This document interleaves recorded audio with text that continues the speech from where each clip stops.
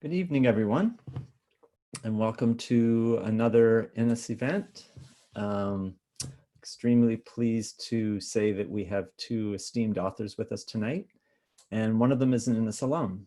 And I'll say more about that in a moment, but we will start, as we traditionally do, with the land acknowledgement. We wish to acknowledge this land on which the University of Toronto operates. For thousands of years, it has been the traditional land of the Huron-Wendat, the Seneca, and more recently, the Mississaugas of the Credit River. Today, this meeting place is still the home to many Indigenous people from across Turtle Island, and we are grateful for the opportunity to work on this land. As I mentioned, we have two authors with us tonight, and our guest, the Innis alum, is Jack Wang, who is the author of We Two Alone. And it is my proud duty to introduce our moderator, Gil Adamson. But before I do, I'll just say I'm not introducing Jack, so I won't give the traditional bio. I will simply say that I haven't met Jack in person yet, and haven't tonight, obviously. But I feel like I sort of know him. I've met his twin brother, Holman. They're both authors, authors of a different stripe, although Jack has worked with Holman, and I'm hoping at some point a question might come about on their collaborations, which is an entirely different kind of literary effort. But I've been in touch with Jack over the last while, and really happy that he was able to come to us with this work. And I'm hoping you'll enjoy the work that he's going to share with us tonight as much as I know I will. So let me now introduce our moderator. Gil Adamson is the critically acclaimed author of Ridge Runner from this year, which is currently longlisted for the 2020 Giller Prize, and also of The Outlander from 2007, both of them with House of Anansi Press. And Outlander, you'd think that was a title you couldn't mispronounce, but I somehow managed to do it. Outlander has won the Dashiell Hammett Prize for Literary Excellence in Crime Writing. I know somebody who needs a glass of water. The Amazon.ca First Novel Award, the Relit Award, and the Drummer General's Award. It was a finalist for the Commonwealth Writers' Prize, CBC Canada Reads, and the Prix Femina in France. It was longlisted for the International Impact Dublin Literary Award and chosen as a Globe and Mail and Washington Post Top 100 book. After reading all that, I'm inclined to say to myself, what did I do today? Gil is also the author of a collection of linked stories called Help Me Jacques Cousteau, also with Anansi, and two poetry collections, Primitive from Coach House Press and Ashland from ECW Press. She lives in Toronto with the poet Kevin Connolly. And she has a connection to Jack Wang that I'm sure she's going to tell you about at some point. So at any rate, without further ado, I turn it over to Gil.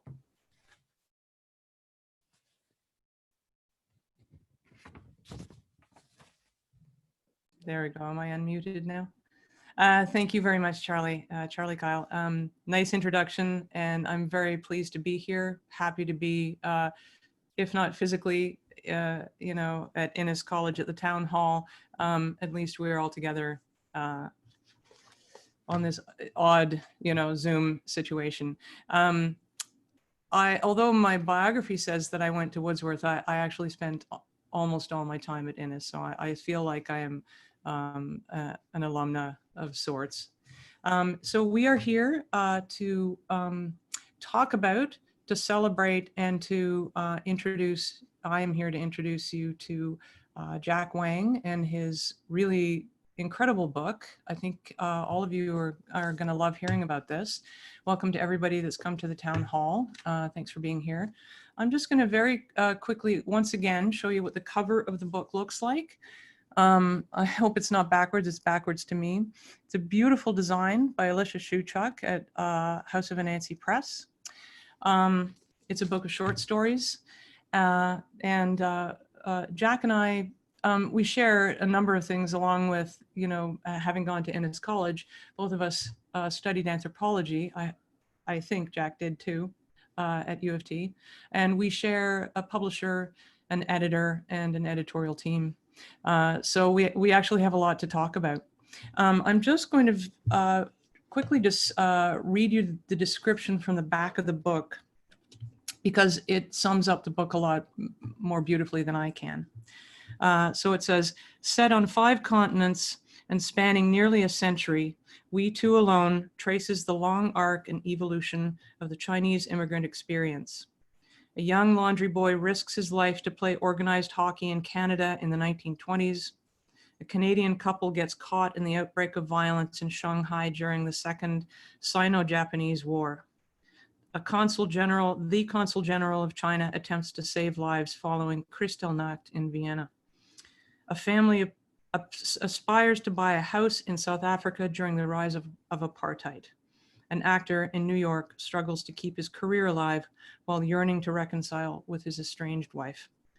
From the vulnerable and disenfranchised to the educated and elite, the characters in this extraordinary collection embody the diversity of the diaspora at key moments in history and in contemporary times. Jack Wang has crafted deeply affecting stories that not only subvert expectations, but contend with mortality and delicately draw out the intimacies and failings of love. And I would like also just quickly to read one of the blurbs. There are a number of blurbs from impressive people on this book. And this one spoke to me. It's from Emily Friedland, I hope I'm pronouncing that right, author of the Booker Prize finalist, History of Wolves. And she said, Jack Wang's dazzling first collection of stories, We Two Alone, moves through decades and across continents with rare ease, telling not the story, but some of the many stories of the Chinese diaspora in the last century. I was moved, heartbroken, and thrilled. And just taking those last two words, this is a very good description of this book. It's heartbreaking and thrilling. And for a writer to be reading a book that does that to you, it's unusual. Charlie was talking about, he feels that, he's getting closer and closer to meeting Jack. And I have a funny connection with Jack and with this book in that I copy edited the book. So if there are any typos in there, it's my fault, not Jack's. And that actually gives you a very lovely, granular, bug's eye view of the writer's skill, the writer's choices, and it helped me understand how really very good this book is. So I want to introduce Jack and say thank you for being here. You'll need to unmute yourself, Jack. Thanks, Jill. No, thank you. I was wondering if, in order to give people here, participants here, a sense of the narratives, the various narratives in the book, if you could choose something to read from the book so we can hear the voice. Sure. Let me just begin by thanking you, Jill. I really appreciate you moderating this event and copy editing the book, of course, and so grateful to you. I want to thank Charlie as well, not only for being a gracious host, but gracious principal as well, has really made me feel a part of the Innis family. So thank you, Charlie. I want to thank the whole Innis team, Jimmy, Ian, Rolla, Sean, Ben, Innis. I hope I'm not forgetting anyone, but thank you so much for organizing this event. And I want to thank the audience for coming as well, especially those that I went to U of T with, Innis College in particular. Thank you very much for coming tonight. I really appreciate it. The world is kind of on fire at the moment, especially here in the US.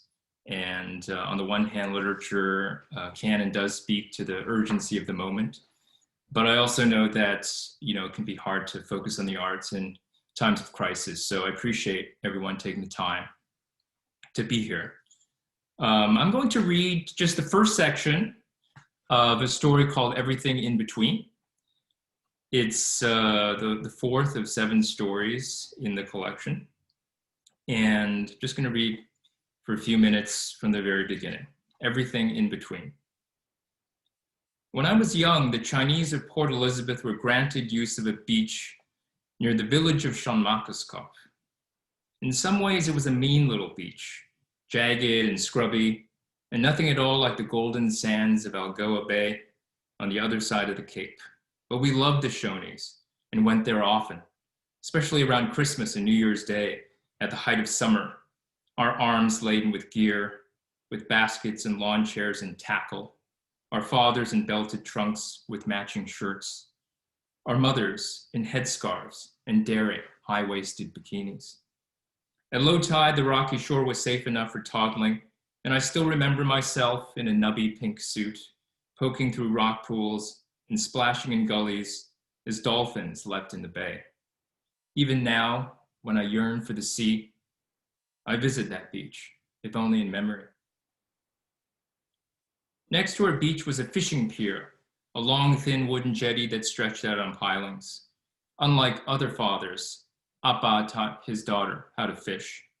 I learned how to hold the rod and work the reel, and in time, to cast with a rod of my own. From a young age, I knew I had to stay in our section of the pier, behind the sign that forbade us from going beyond, even though I longed to cast in deep water where the fishing was best. Perhaps because of me, Appa always stationed himself closer to shore, where he often laughed with the men who were not allowed in turn to enter our section and practically had to fish over the rocks. Still, we managed to catch blacktail and shad, and sometimes enormous carp.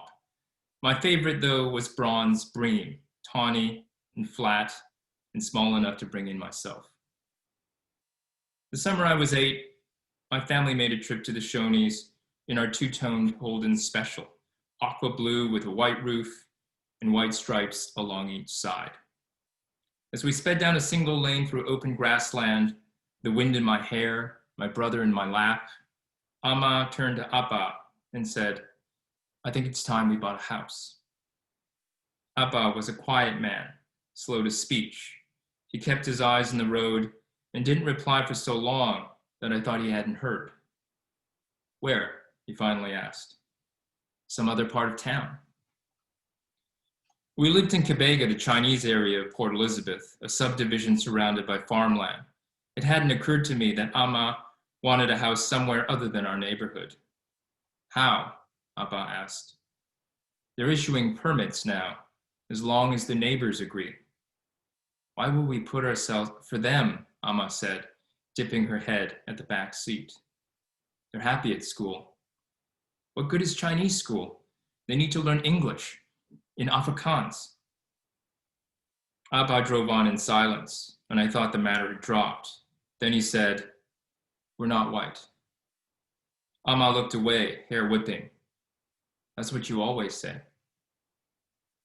Her voice was bitter, and I didn't understand why she seemed to resent something that seemed self-evident. But I felt her exerting pressure, as she had a way of doing, and somehow I knew Appa would relent. Thank you. I'll stop there. Wonderful. Thank you so much.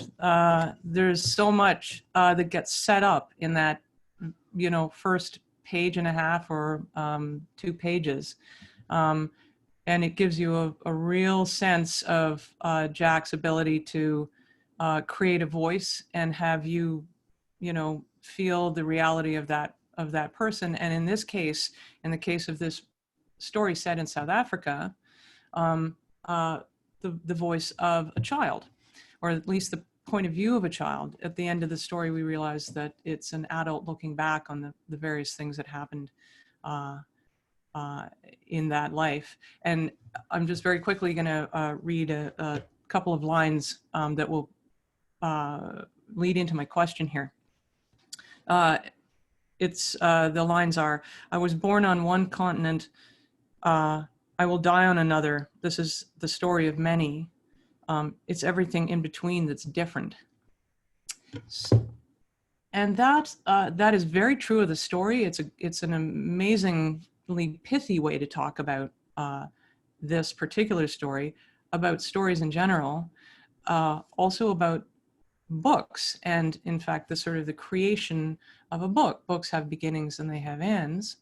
And I'll let the people know who are tuning in now that the end of this book is Jack does something I've never seen done before, and advise you to all get the book and read it because it's incredible. But I was wondering if you could talk to me just a little bit about that issue of creating a story, perhaps talk about this particular story and maybe about the creation of the book, the origin story of the book. Sure. This particular story has something of an interesting origin story. It was actually written after the collection was sold. It was when I was going through the editorial process with Jamie Yoon, our brilliant editor, when she asked me to add a story to the collection. The story that comes before it is set in 1938, and the one that comes after is set in the mid-'80s. And Janie felt like there was too much of a time gap between those two stories. And it's a collection that covers about a century in the Chinese diaspora, and it covers a kind of narrative arc. And she felt like there was a gap. And so I'd never been asked to write a story to specification before, but I was given a charge, which was basically write a story set in the 50s, 60s, or 70s. And so the story is actually set in 1971, but it actually, the backstory starts earlier. It goes actually from the 40s on to 1971. And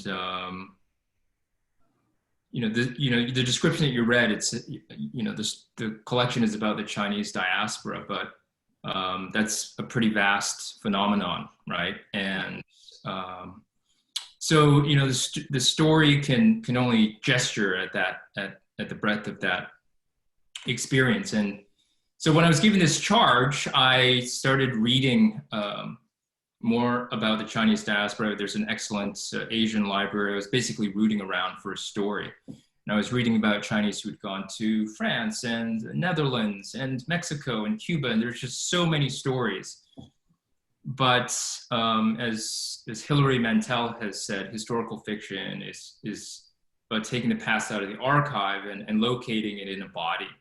So even when you've found interesting stories, you still have to find the voice, right? And you still have to situate it at eye level, so to speak, in order to... Exactly. And you are extremely good at that. That is something that I noticed throughout the stories, how deeply you have characters who are experiencing the environment and, the racism and the difficulties of just existing.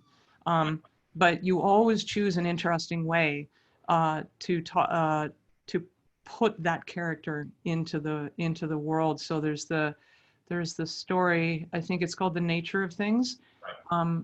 Which is about a doctor going to can't practice in Canada because he doesn't have a voter card.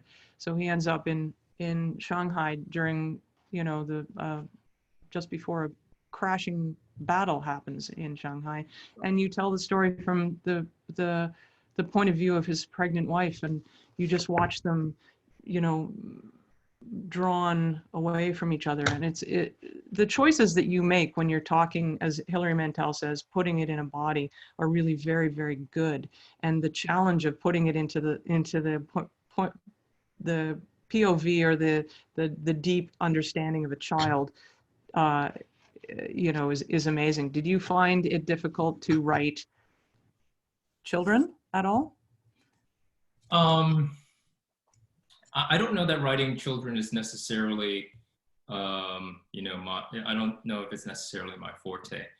I actually, there's another story, The Night of Broken Glass, which is told from the point of view of a child recounting the experiences of his father, who's the Consul General of China in Vienna, after Austria has been annexed by Germany. And after a German diplomat is killed, there's basically 2 nights of domestic terrorism. And the Night of Broken Glass is often seen as the precursor, of course, to the Holocaust. And so in some ways, all these stories, whether or not you're writing about, let's say, apartheid, or the precursor to the Holocaust, or you're writing about Sino-Japanese War. I mean, these are big monumental events, and they're intimidating, frankly. Yeah. And so it's overwhelming to take the bird's eye view and try to capture it. So for me, it's always about that angle of approach and finding the body, right, through which to tell that story. But to get back to The Night of Broken Glass, that was a story where I struggled for a long time with the point of view, because I tried to tell it from the point of view of the father, the diplomat.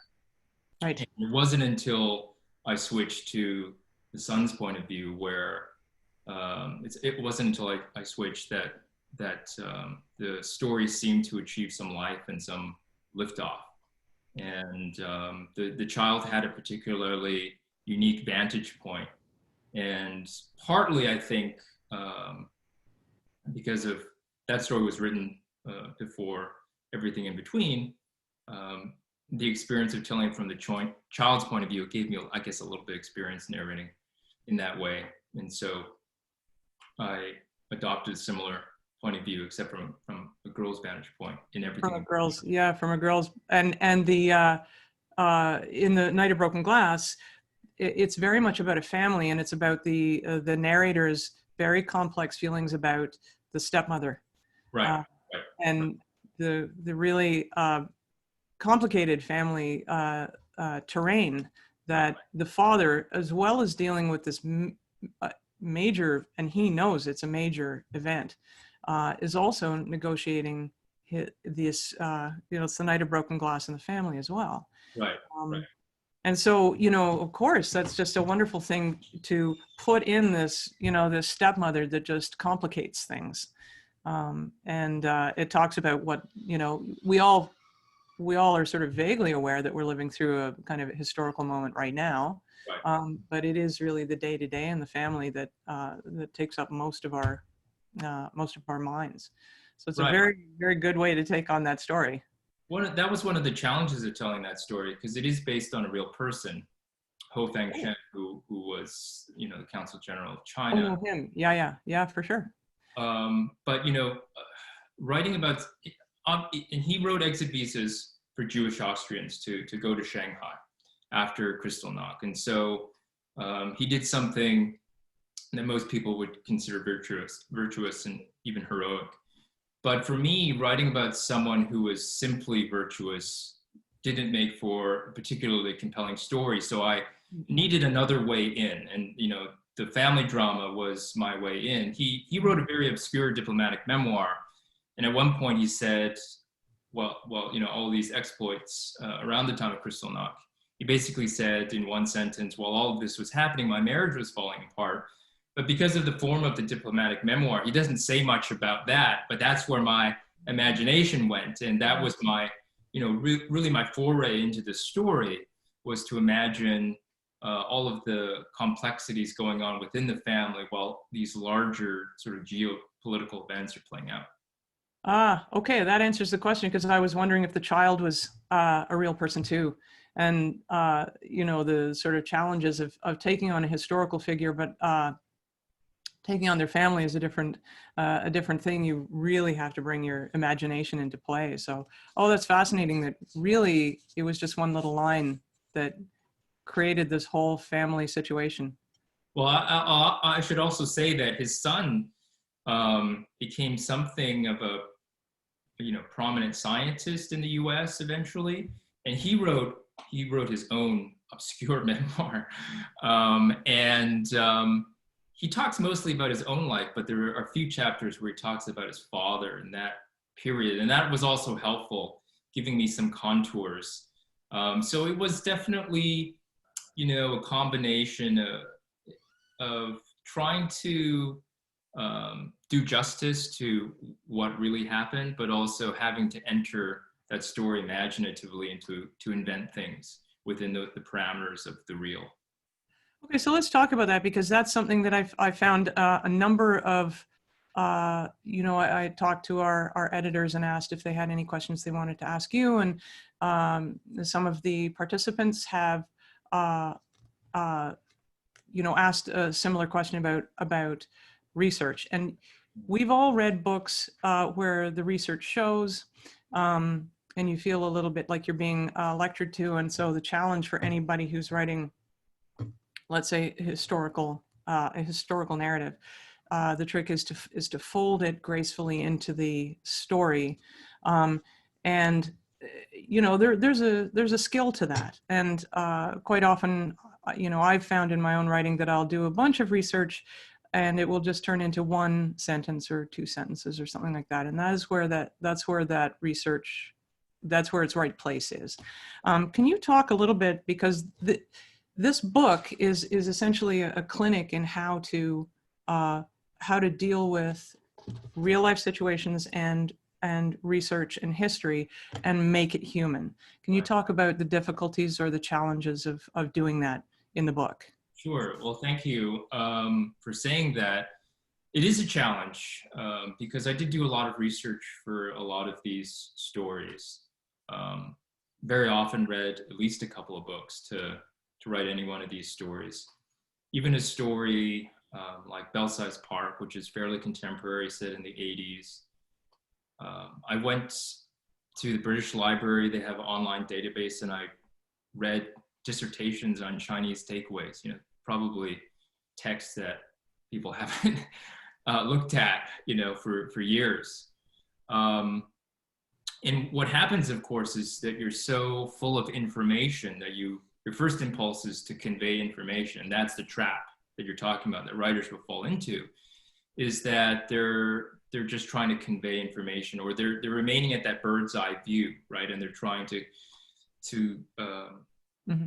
see everything at that great historical distance, as opposed to, as Mantel says, locating within the body. And you have to understand that everything is a kind of synecdoche, where, you know, you're approaching these events, but you cannot tell the whole event. You have to convey the whole through just one part. And that one part is that limited vantage point. You can't capture everything about the Sino-Japanese War in a short story, right? No. And so you have to think about that very limited angle of approach. But it is almost always a culling back, because you're almost always trying to tell too much, trying to convey too much information. And that's, you know, that's something I struggle with too. And there is a lot of paring back and culling to make sure that your story is not full of information dumps. And using your own imagination. There's a beautiful scene in The Nature of Things where the two women get into a punt and go up the river, and the uncle heads back to the home, and you know, minutes later there's a, what do they call it? There's a bombing. Right. And the way you describe the sound and the way it begins very, very lightly, and then things start to fly overhead, and then there's just this bombardment happening in the distance directly where the uncle went. It's just this lovely little paragraph, but that's an example of how you, you know, write about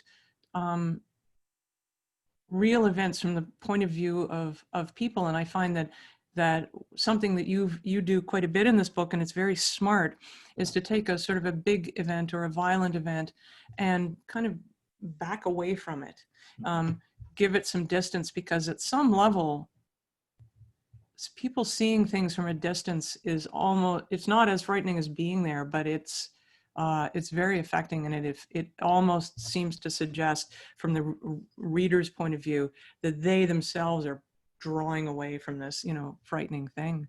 So, you know, that's a great way to talk about and how you make a, you know, a real event real on the page. I want to whip out, somebody has a very lovely question here in the Q&A. And it's just a great question. Which is your favorite story and why? Which is my favorite story? Can you choose a child? That's a difficult one. That's a difficult one. Because, you know, there are only 7 stories, and most of them took a lot of, you know, I spent a lot of time with each one of them. And so that's an interesting question. I mean, I do have perhaps a lot of affection for the title story, We Two Alone, which is actually a novella. And We Two Alone is a line from King Lear. hence the cover, "We Two Alone will sing like birds in the cage." And it's a line when Lear is talking to Cordelia at the end of Lear when they're reconciling. And the character is a Asian American Shakespearean actor. And so this was also a story for which I did a lot of research, including primary research, talking to actors and hearing playwrights speak and sort of magpieing certain details and trying to create the authentic world of actors. But I know nothing about acting. I have heard from people that the world seem authentic, which of course is gratifying to me. But for me, my way into the story, of course, is understanding the struggles of being an artist. And so I think I poured a lot of, my own struggles as an artist and sort of feeling,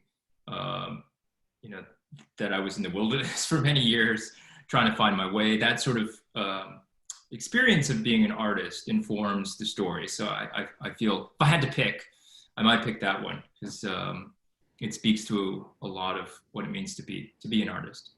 Well, let's talk about that for a second, because you took a BSc and then it seems very quickly decided to, to write and to study creative writing. Can you talk about what made you decide to do that, whether it was a difficult decision for you or a no-brainer?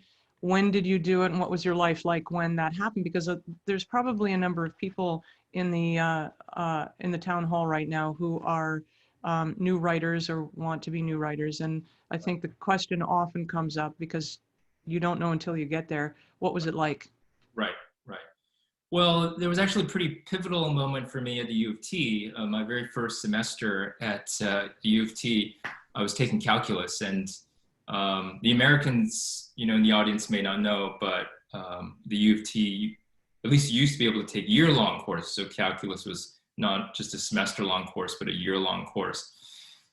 And around Christmas time, I was pretty much failing calculus, and so I decided it was time to drop calculus, and I found what was called a half-year course in the short story. So I took this course, and that's when really my eyes were sort of opened. And eventually, in my third year, I took a creative writing class, and at least then at the U of T there was only one class and 15 seats, and you had to apply to get in. It wasn't open enrollment, so there were 80 or 90 people who applied, and somehow I managed to snag one of those 15 seats. And in a very real way, that was, those were pivotal moments that you can actually sort of track. Maybe if I hadn't gotten into that workshop, I wouldn't be here now. But all that said, I think I decided relatively late, maybe I want to try being a writer. I was also always creative as a kid, but more in terms of the visual arts. So for me, it was a very long road. I mean, that first creative writing class was 28 years ago. And so I did go to pursue an MFA and a PhD in English, but it was a matter of, all the years you have to put in to learn your craft. So that took a while for me. Yeah, it is an apprenticeship. If there are new writers out there, don't expect to leap fully formed onto the page. And that's the beautiful thing about it, actually. And it seems to have gone quite well for you, because the biography here, which I should have read and didn't, I'll just do it very quickly, sorry. Jack Wang's fiction has been shortlisted for the Commonwealth Short Story Prize, longlisted for the Journey Prize. In 2014 and 15, he held the David T.K. Wong Creative Writing Fellowship at the University of East Anglia in Norwich, England. And in 2020, he was awarded a residency at historic Joy Kogawa House in Vancouver. He holds an MFA from the University of Arizona, PhD from Florida State University, and is an associate professor in the Department of Writing at Ithaca College. Originally from Vancouver, he lives in Ithaca, New York with his wife, novelist Angelina Mirabella, and their two daughters, and he dedicates the book to them, Angelina and the two Zeds. For those who don't know, the Commonwealth Award is a big one. To be shortlisted for that is huge. And the Journey Prize is Canadian, but it's also very big. One of the people in the question and answer has asked, how have contests and magazine publications affected your career as a writer? And if you might want to add, how has it affected the way you feel about your writing? Well, I think they were enormously helpful. And, for those who are out there who are, pursuing their own careers in writing, you might like to think that the literary world is made up of just totally objective evaluators who simply recognize literary merit when it shows up. But the fact of the matter is, everyone likes their views confirmed by other people. They like to feel confident in what they're taking on, and success begets success, I think. And so sometimes it can be very incremental, but one thing helps with the next thing, and then the next thing, and the next. For me, the first thing that happened really that made a difference was getting shortlisted for the Commonwealth Short Story Prize. And that in turn helped me secure the fellowship in England at the University of East Anglia. And, that of course helps you secure the next publication, and the next, and the next, and so on. So it is enormously helpful. I encourage people. The Commonwealth Short Story Prize, actually, they're accepting submissions right now. I encourage people to submit. That said, as you were saying, it's a long apprenticeship, and I put a couple of novels in the proverbial drawer before I went back to writing short stories. So the apprenticeship was very long, and that is the advantage of short stories, is you have more pieces that you can send out into the world. That is true. Because when you commit to the novel, of course, it's a pretty long haul, and as John Gardner said, when you win big, but it's a longer road. So when you're trying to, put a few feathers in your cap, short stories or shorter pieces can definitely be helpful.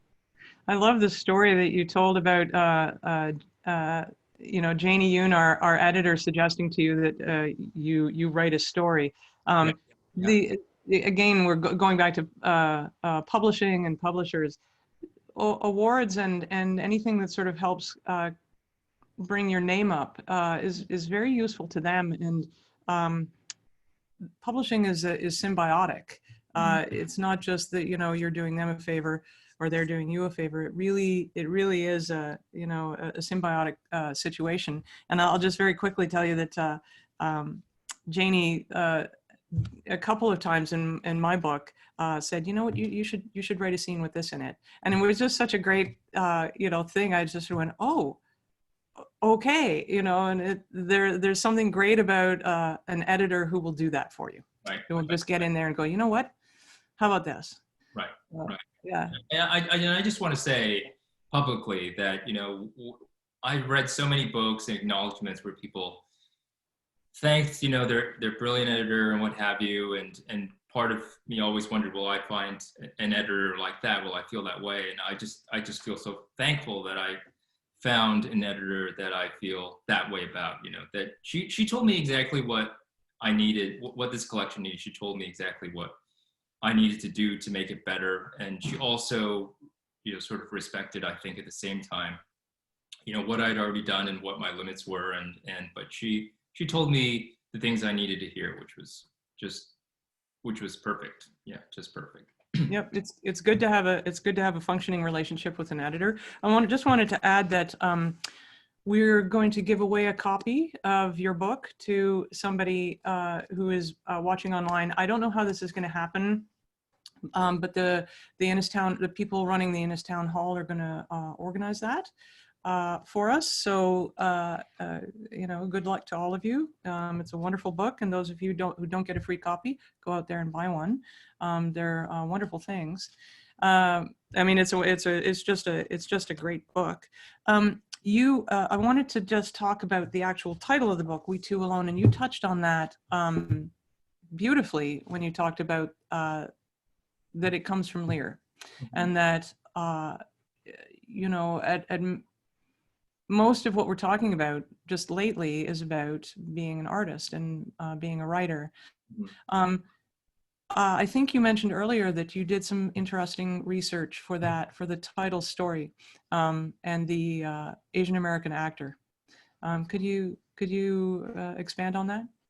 Yeah, so there's one section. I might just go ahead and read it. It's just a paragraph, and this is a novella that follows the life of Leonard and Emily. They're a couple.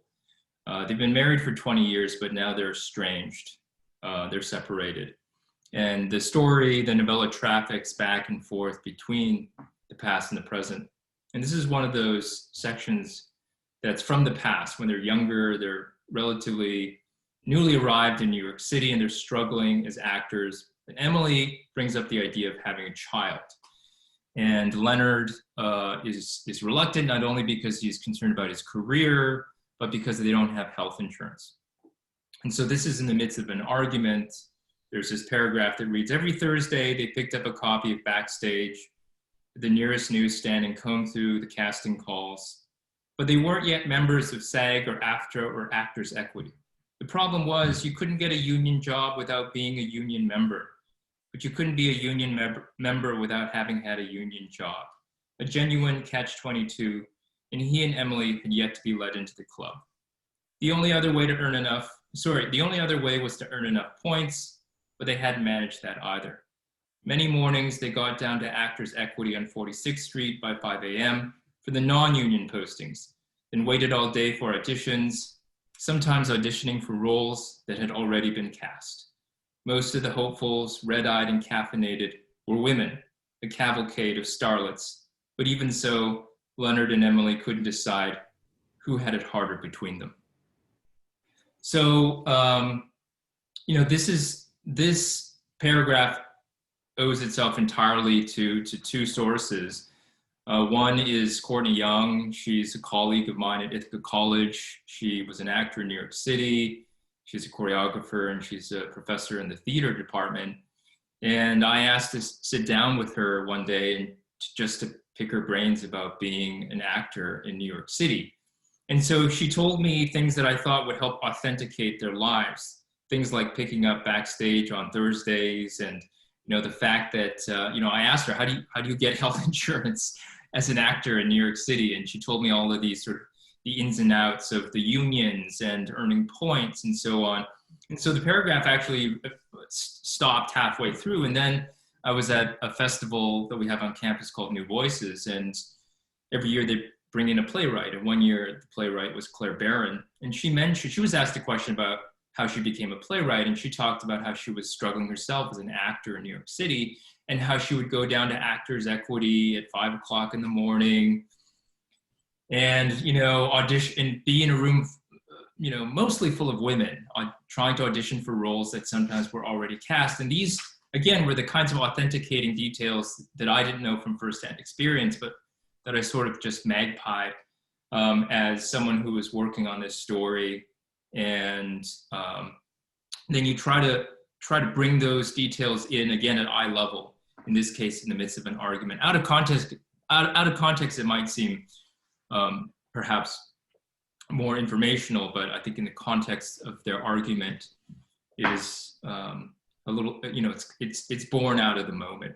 Yeah, and it really reads that way. It actually reads as this, there's actually, I think of it as a cat's cradle. You pull on one thing and you're being pulled the other way.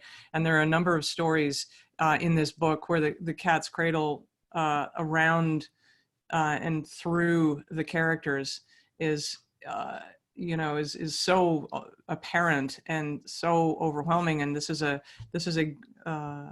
a beautiful story, and it's a great story to put at the end. It's a novella to put in this book. I wonder if you could talk about the difference for you between writing short stories and the novella.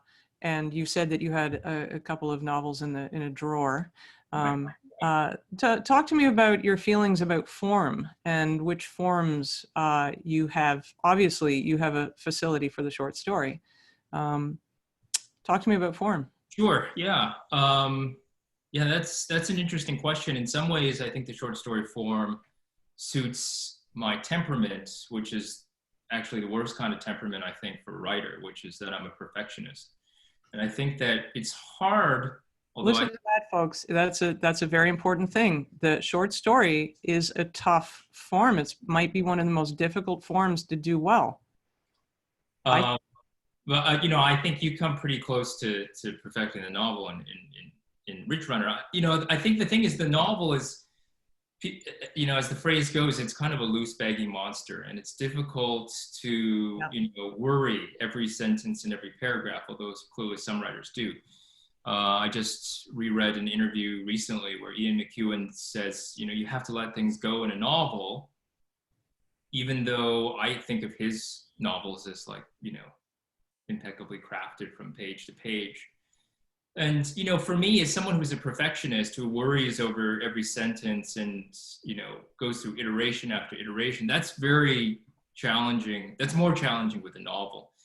And so with the short story, I think that I was able to go back to a form where I could more easily conceptualize everything at once and then sort of go through that iterative process. Sometimes I think of writing or rewriting as a kind of Darwin machine. And a Darwin machine is anything that resembles the process of natural selection, this iterative process of generation, selection, and regeneration. Yes. And, you know, just like natural selection, you can build complex forms, but they always have to build off of simpler forms that came before. But you have to have, you know, this endless, almost endless iterative process in order for that to work, especially a writer like me, who's often feeling his way in the dark and, you know, and stumbling across things by accident. It really requires this sort of, this Darwin machine to keep going. And it's easier in a shorter piece, right? To keep going with that iterative process. Sometimes it's just so exhausting with the novel, with the longer work. Big baggy monster. Yeah, it just takes time. So for me, I think the short story allowed me to indulge maybe the sort of the worst parts of my writerly temperament. You know, the short story, of course, is also, it just underscores the idea of synecdoche, or the part representing the whole. You have to find the angle of approach, right? The novella for me, I just had more story to tell. I actually thought of it at one point maybe as a novel, but because my aesthetics are born in part out of a fear of boring the reader, and so I'm constantly compressing and tightening. And it's a good fear to have. You know, because I'm afraid, and so, you know, what I imagine as a novel in the hands of someone more talented, this story could have been a novel, but, you know, I just compressed and compressed, so that there was definitely more story, but it seemed more novella length in my mind. And it does have that feeling of being quite a big world in there. Right. Yeah, I actually love what you said about Ian McEwan. I was just about to say a quote when I was writing short stories. Ian McEwan said something along the lines of, you know, it takes me a couple of days to write a short story, or at least the bones of a short story, and then I go over it for months and months and months, and it shows. It shows. Right. And it shows with your fiction as well, the care and the attention. One of the questions that we have here is whether you have any books that you would recommend to new writers that helped you learn to write. What helped you that they can reach out and get on a bookshelf? Yeah, you know, there are sort of the usual touchstones. I probably have, you know, read a lot of them. I still find On Becoming a Novelist by John Gardner a useful book. I still teach writing fiction by Janet Burroway. Even a pretty old book now, The Art of Fiction by David Lodge. It's an interesting book because it doesn't set out to be a craft book, but it identifies 50 elements of fiction. The usual suspects like point of view and character, but then unusual things like the telephone or lists. And what he does is he takes an emblematic passage from some canonical text, usually, you know, some notable texts from English literature or British literature. And then he proceeds in a short 2, 3, 4-page essay to analyze that element of craft. And he originally wrote these as newspaper articles, so they're pitched to a pretty wide audience. And you know, he's erudite and he's sophisticated. He's also, I think, clever and funny. And I'm always sort of poking around. I happen to have on my desk right now this book that I haven't quite managed to you know, make a lot of headway with, but I'm, you know, eager to read this new book, relatively new book, Meander, Spiral, Explode, Design and Pattern and Narrative by Jane Allison. Always trying to learn more. And do you find, just very quickly, if you had to pick 3 books by writers that helped you decide where you were gonna go with these stories? Yeah. Yeah, on the one hand, that's a tough question because, you know, influence is such a mysterious thing, and it comes over a long period of time. And you know, just to give one like example of the strangeness of influence, when I was struggling with The Night of Broken Glass, the story that actually kind of unlocked the point of view for me was a book that on the surface has nothing to do with what I'm doing. And that book was Canada by Richard Ford, which is a novel told from the point of view of a boy who's recounting his parents' bank robbery, events that he was nowhere near. And somehow reading that was actually what created this switch in point of view, more so than I only later stumbled upon the memoir by the son. But, you know, in terms of, if I have touchstones to recommend, a collection like In Other Rooms, Other Wonders by Daniel Moynihan. It's also a story collection, and you know, one of my stories is an homage to one of his.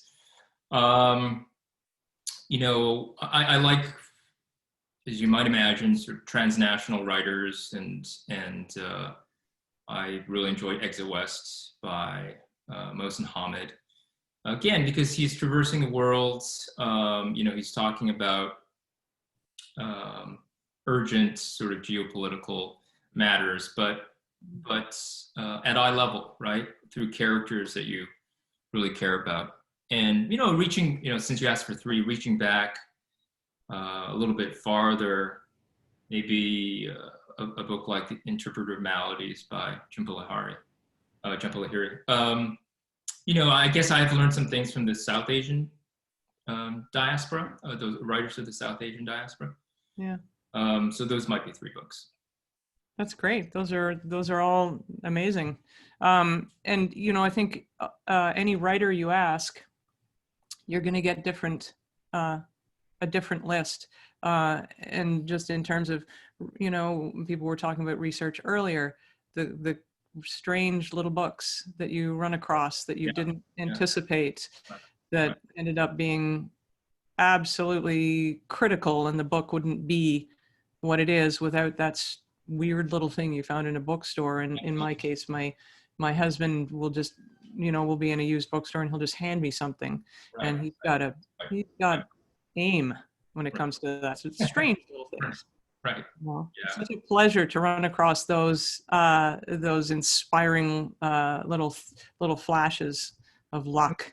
For me, the more obscure, the better. Like the more obscure the source material, the more interested somehow I become. And, you know, the other thing, of course, is that, especially when you're writing stuff based on research, you're trying to excavate something new, right? So presumably this is, you know, there's some lacuna in history, some gap or something that you need to fill that requires the fiction writer's imagination. Otherwise, if the story's been told, there wouldn't really be a purpose for the fiction writer to go in there and to imagine. So, you know, for me, you know, the pleasure is imagining my way into these gaps where I can't find anything at all, as much as I would like to. To give you one example, this novel that I'm working on, it's about Chinese Canadians who served during the Second World War. And, I've spoken to some veterans, but I'm not too sure anyone wrote a memoir, however obscure. Right. Partly because they were, self-effacing generation. They wouldn't have bragged about it. It wouldn't have seemed the thing to do to valorize themselves in any way. And so it's like, this is stuff that's largely unrecorded. And so it requires the fiction writer's imagination. Yeah, exactly. And yeah, it's nice you say the more obscure, the better, because hopefully that question will become less obscure when and if you get your novel done. So very quickly, I wanted to talk about your other, besides this beautiful book here, you also have a novel that I think is upcoming from House of Anansi. We have our fingers crossed. And also Charlie wanted us to talk just very quickly about the work that you do with your brother Holman. Sure, yeah. So as I mentioned, the novel is about Chinese Canadians who served during the Second World War, not only in the various branches of the military, but in wartime industries. The novel is actually called The Riveters because it begins in a shipyard in Vancouver. Great. And the beginning of the war, of course, Chinese Canadians could not serve because both Ottawa and in particular Vancouver, Victoria, because there were a lot of Chinese in Vancouver and Victoria. They knew that if the Chinese served, they would want the franchise, they would demand the franchise, so they were not allowed to serve.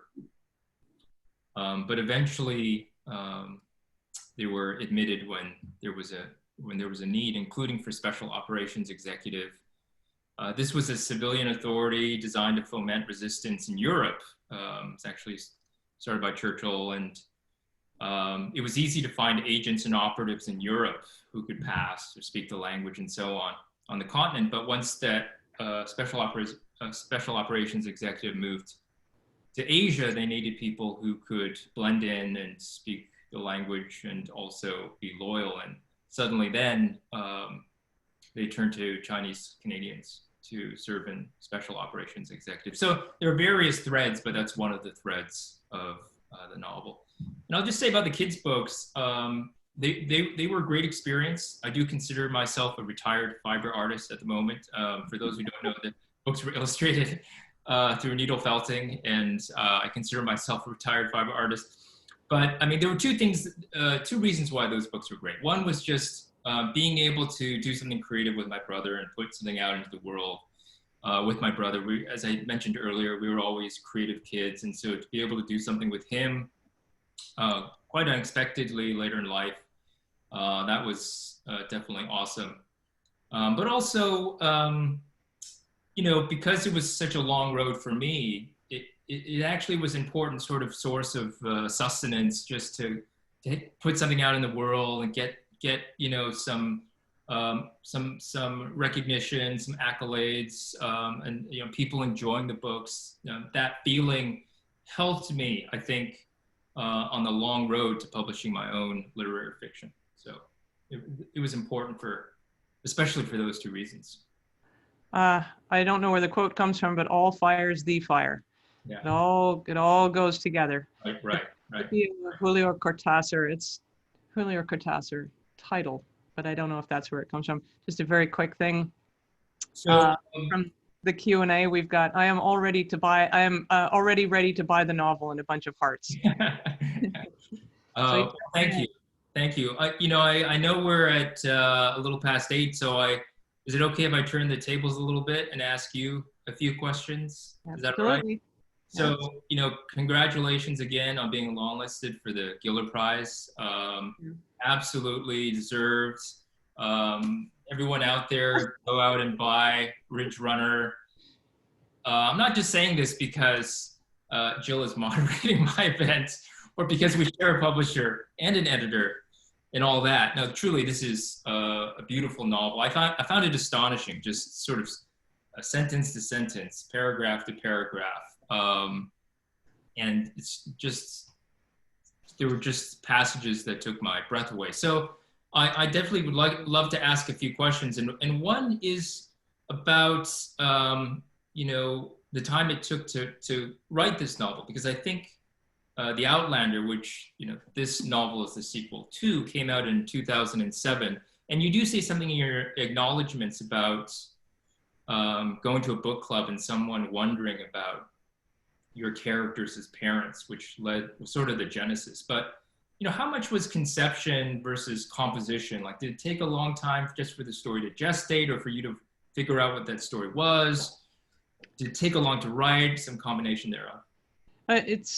You might be the first person to ask me that specifically. And I don't know how many other writers do this. It's not something I recommend.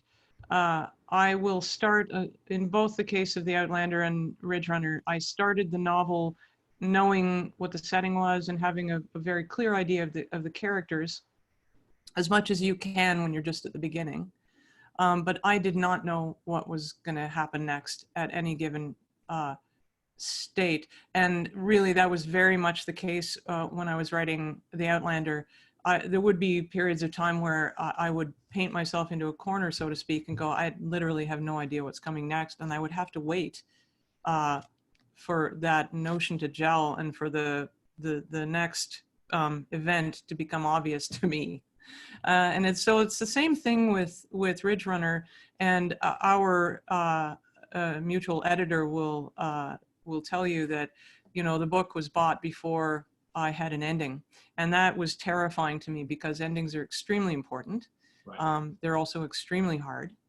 And I knew where I wanted it to go, because, you know, books eventually come down to a point, and there are fewer and fewer choices that you can make based on all the work you've already done. And as helpful as that may seem, actually writing the ending, you don't know what it's going to be like until you've done it. So there was not a lot. There was some planning, but really I trust the organic nature of writing a book. And occasionally that's a bit hair-raising. Well, you know, the plot is brilliant, I think, and the way it picks up on things that happened so much earlier. And you know, I would have thought that it was kind of all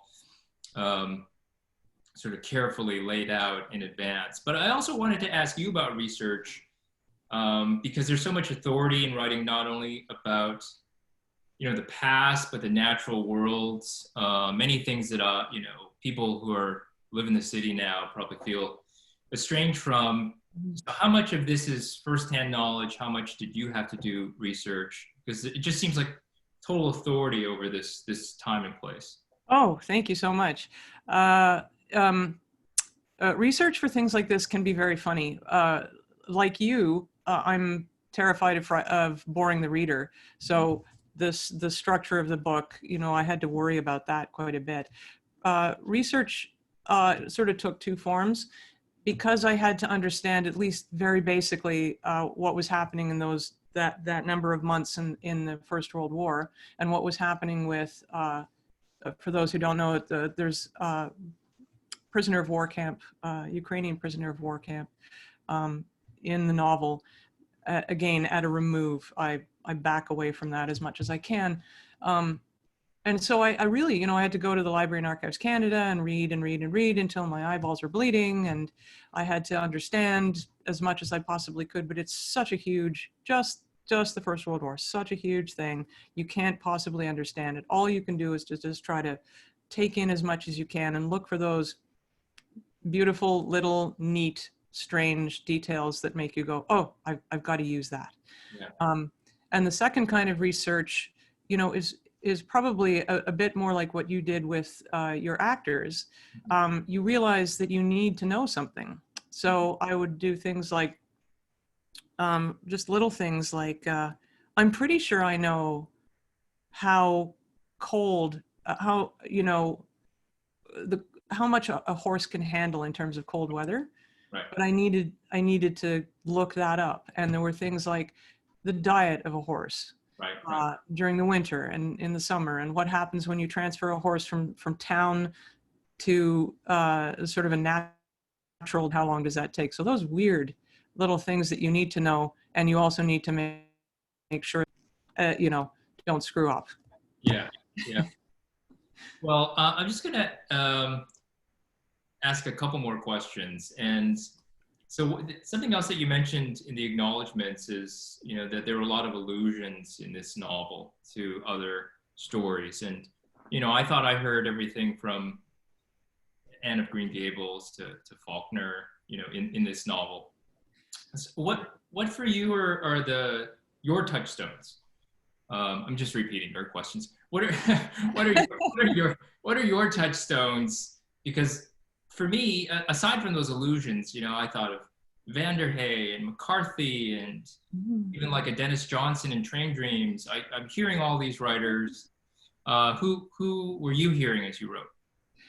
Because one of the main characters is a young boy, and because when I was a child, I read children's adventure books, and I didn't have any trouble imagining myself as the boy in the book. I read an awful lot of vintage children's adventures, and so things like Treasure Island, Yeah. you know, which is way more violent than you remember it, and the writing is so much more modern than you would imagine. Right. It's really quite cinematic and wonderful. In this book, I paid a lot of attention to scenes in Huckleberry Finn that scared the hell out of me when I was a child, specifically the drunken father. So as an example, there's a point at which William Morland, Jack Bolton's father, comes through his window, and he looks terrifying, just as Huck's father did. But it's a complete reversal. You know, Huck's father is possibly the most negative character in, you know, Western literature, and William Morland is not. And so I got a kick out of reversing that and having, you know, for better or worse, good parenting, or at least a loving parent coming through the window looking like hell. Right. So there was kids' books, really. Great. So the last question, if I could, is I just want to ask what the last 2 weeks have been like, you know, with the long list for the Giller Prize. You know, your inbox must be blowing up. What has it been like the last 2 weeks? His folks, his questions are better than mine. He should, he should be asking himself questions. The first day, my inbox blew up, and that was great. And I got some flowers from House of Anansi and from my brother and sister-in-law, which was great. Since then, it's been really quite quiet, which is great because I'm pretty shy, and I really do just like to kind of hide in my house. So I've been quite happy, I have to say. Long list is a lovely thing. Yeah, it's so richly deserved, as I said, and I'm so happy for you. And again, honestly, I do encourage everyone to read it because it's wonderful. And thanks so much. I just want to say thank you again. Well, thank you, Jack. Especially as a shy person, for doing this, for moderating. Thank you so much. And congratulations to you on this beautiful book. You have fans already in the Q&A, and it's been a wonderful thing. Thank you for giving us your time and being so interesting and so lovely for some of the new writers out there and people who kind of want to know what it's like to publish your first book. Thank you. Okay, well, thank you to both of our guests. I feel like I can say both guests because they were both interviewed after all. And I can say that from the sidelines, we found this an extremely engaging conversation, and it felt like a conversation. So I think that's great credit to you, Jill, for making it sound like you were eavesdropping on what it was, which is two writers talking about their craft in a really deeply mutually appreciative way. So thank you both. I know we had a very good retention rate, which shows that people were enjoying what they heard. It's always nice to see and to experience, I'll just say. So I think that this is, for my purposes, whipped up a lot of interest in your book, Jack, which is, I know, what part of the impetus is, at least when the publisher comes to it, but in this case, deeply warranted. So as we had promised, we will be giving a book to one of the attendees. How we're getting it to you is anyone's guess. We did this before with John Oda's book, and he actually took it to the recipient's house. I don't think Jack is going to be, traversing the border to achieve that. But I thought what we would do is, what we will ask is, Jack, if you name first initial of a first name, and then Jill, you can name the first initial of a last name, and we're going to see if that matches up to somebody who's an attendee. So go for something that will be pretty common. No, X for Xavier, Jack. How about M? Okay, an M. And D. Okay, so is there anyone in the attendee list whose initials are MD? Not doctor. Just I have to say, I have a cousin. He's either a cousin or an uncle. It depends. Families are odd. Whose middle name is Xenophon, so he has an X for a middle initial. Well, it's pretty luckily cool. I put the kibosh on the X's. So, do we have an MD? Okay, so now we'll get fancy. Do we have? I'll work backwards. Do we have an MC? Just need somebody to signal that they're in the Q&A if your initials are MC. This could take a while. I thought I was being so smart in the way of doing this. I thought, participatory, both Jack and Jill get to, oh, I just got Jack and Jill too. Yeah, I know. Well, there you go. It takes me a while to pick up on these things. All right, how about an MB? B. Do I see a yes here? Oh, do you? In the. You're good. Have a JF. Yes, for MC. Yes, MC. An MC. Do we have an MC?